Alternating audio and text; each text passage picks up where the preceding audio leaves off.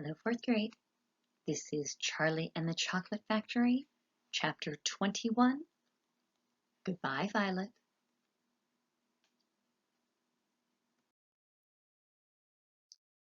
I am reading from the Puffin Book Edition from 1964, and the illustrations are from 1973. Chapter 21. Goodbye, Violet. This gum, Mr. Wonka went on, is my latest, my greatest, my most fascinating invention. It's a chewing gum meal. It's that tiny little strip of gum lying there. It's a whole 3-course dinner all by itself. What sort of nonsense is this? Said one of the fathers. My dear sir, cried Mr. Wonka, when I start selling this gum in the shops, it will change everything. It will be the end of all kitchens and all cooking. There will be no more marketing to do, no more buying of meat and groceries. There'll be no more knives and forks at mealtimes, no plates, no washing up, no garbage, no mess. Just a little strip of Wonka's magic chewing gum. And that's all you'll ever need at breakfast, lunch, and supper. This piece of gum I've just made happens to be tomato soup, roast beef, and blueberry pie. But you can have almost anything you want. What do you mean, it's tomato soup, roast beef, and blueberry pie? Asked Violet Beauregard. If you were to start chewing it, said Mr. Wonka, then that is exactly what you would get on the menu. It's absolutely amazing. You can actually feel the food going down your throat and into your tummy. And you can taste it perfectly. And it fills you up. It satisfies you. It's terrific. That's utterly impossible, said Veruca Salt. Just as long as it's gum, shouted Violet Beauregard. Just as long as it's a piece of gum, and I can chew it, then that's for me. And she quickly took out her own world record piece of chewing gum out of her mouth and stuck it behind her left ear. Come on, Mr. Wonka, she said. Hand over this magic gum of yours, and we'll see if the thing works.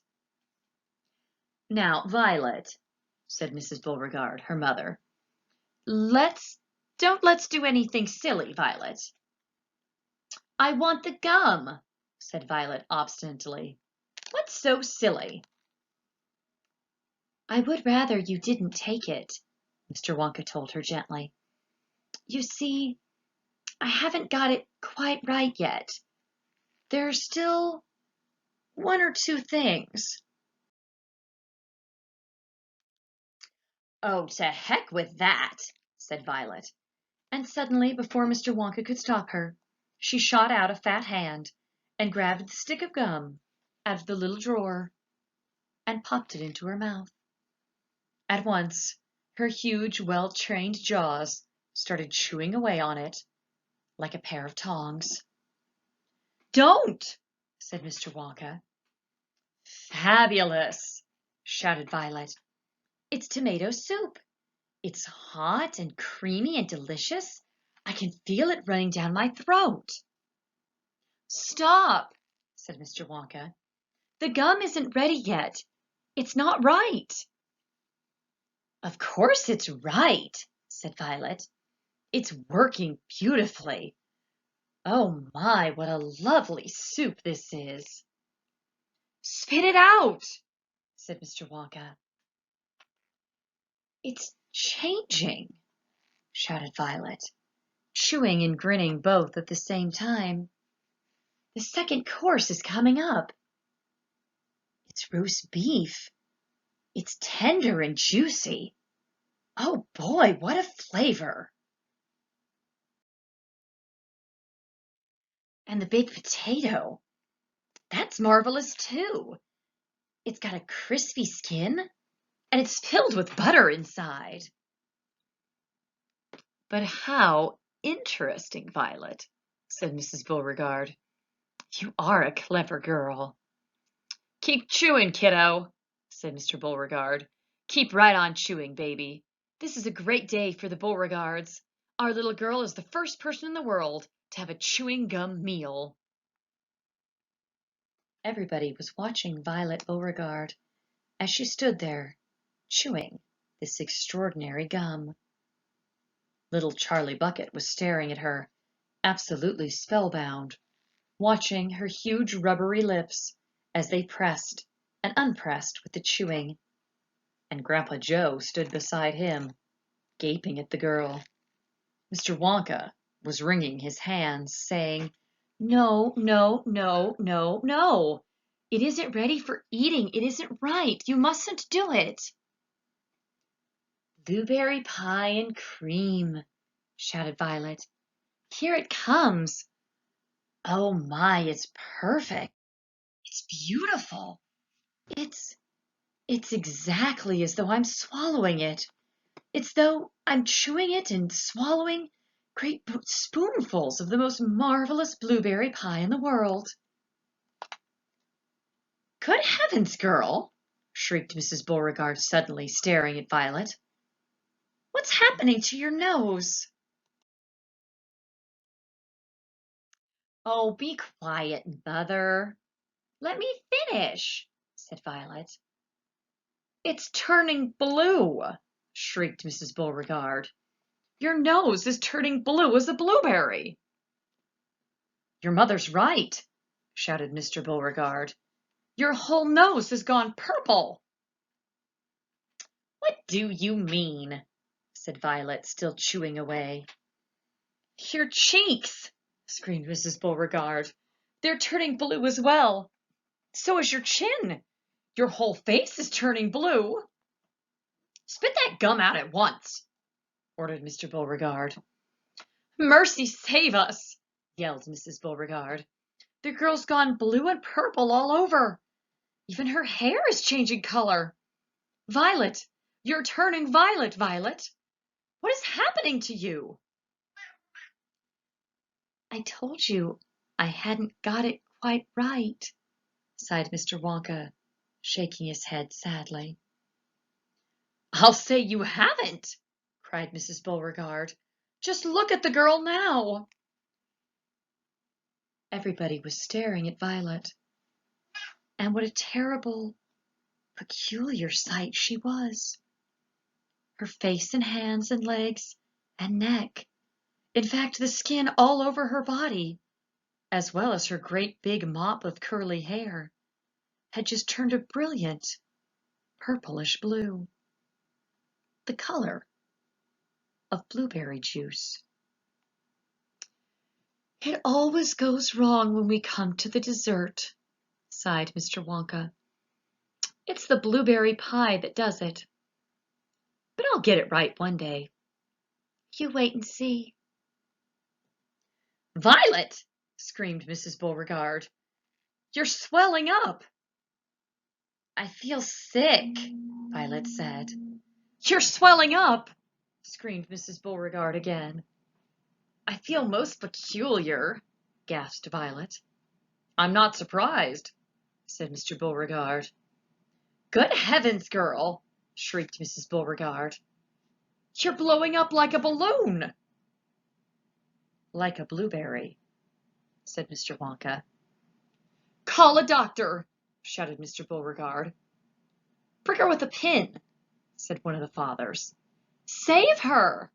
cried Mrs. Beauregard, wringing her hands. But there was no saving her now. Her body was swelling up and changing shape at such a rate that within a minute it had turned into nothing less than an enormous round blue ball. A gigantic blueberry, in fact. And all that remained of Violet Beauregard herself was a tiny pair of legs and a tiny pair of arms sticking out of a great round fruit, and a little head on top. "It always happens like that," sighed Mr. Wonka. "I've tried it 20 times in the testing room. on 20 Oompa Loompas, and every one of them finished up as a blueberry. It's most annoying. I just can't understand it. But I don't want a blueberry for a daughter, yelled Mrs. Beauregard. Put her back to what she was this instant. Mr. Wonka clicked his fingers, and 10 Oompa Loompas immediately appeared at his side. Roll Mrs. Beauregard to the boat, he said to them, and take her along to the juicing room at once. The juicing room? Cried Mrs. Beauregard. What are you going to do to her there? Squeeze her, said Mr. Wonka. We've got to squeeze the juice out of her immediately. After that, we'll just have to see how she comes out. But don't worry, my dear Mrs. Beauregard. We'll get her repaired if it's the last thing we do. I am sorry about it all. I really am. Already, the 10 Oompa Loompas were rolling the enormous blueberry across the floor of the inventing room, toward the door that led to the chocolate river, where the boat was waiting. And Mr. and Mrs. Beauregard hurried after them. The rest of the party, including little Charlie Bucket and Grandpa Joe, stood absolutely still and watched them go. Listen, whispered Charlie. Listen, Grandpa. The Oompa Loompas in the boat outside are starting to sing. The voices, 100 of them singing together, came loud and clear into the room. Dear friends, we surely all agree there's almost nothing worse to see than some repulsive little bum who's always chewing gum. It's very near as bad as those who sit around and pick their nose. So believe us when we say that chewing gum will never pay. The sticky habit's bound to send the chewer to a sticky end. Did any of you ever know a person called Miss Bigelow? This dreadful woman saw no wrong in chewing all day long. She chewed while bathing in the tub. She chewed while dancing at her club. She chewed in church and on the bus. It was really quite ludicrous. And when she couldn't find her gum, she'd chew up the linoleum, or anything that happened near, a pair of boots, the postman's ear, or other people's underclothes.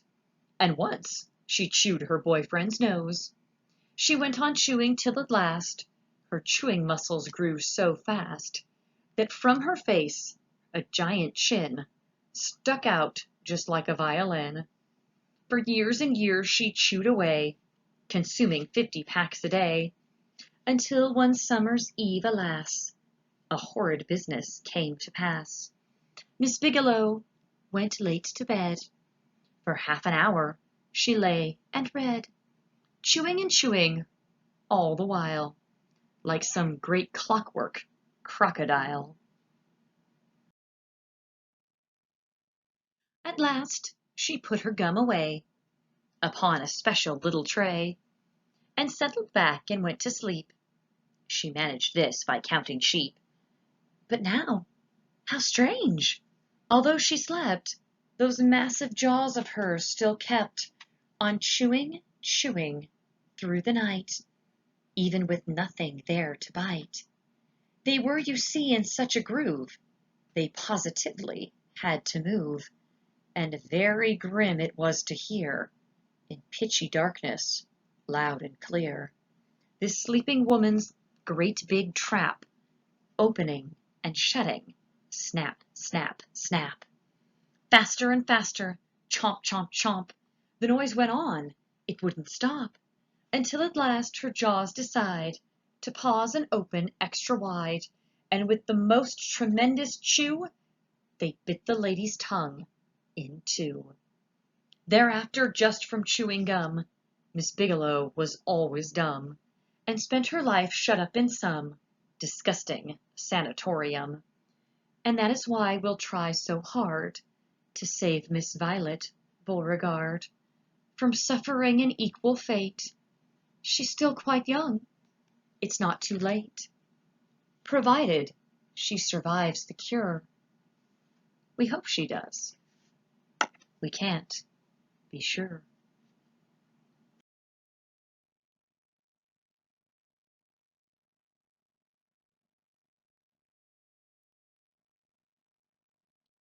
And that's all for Chapter 21. Chapter 22 coming up next. Bye.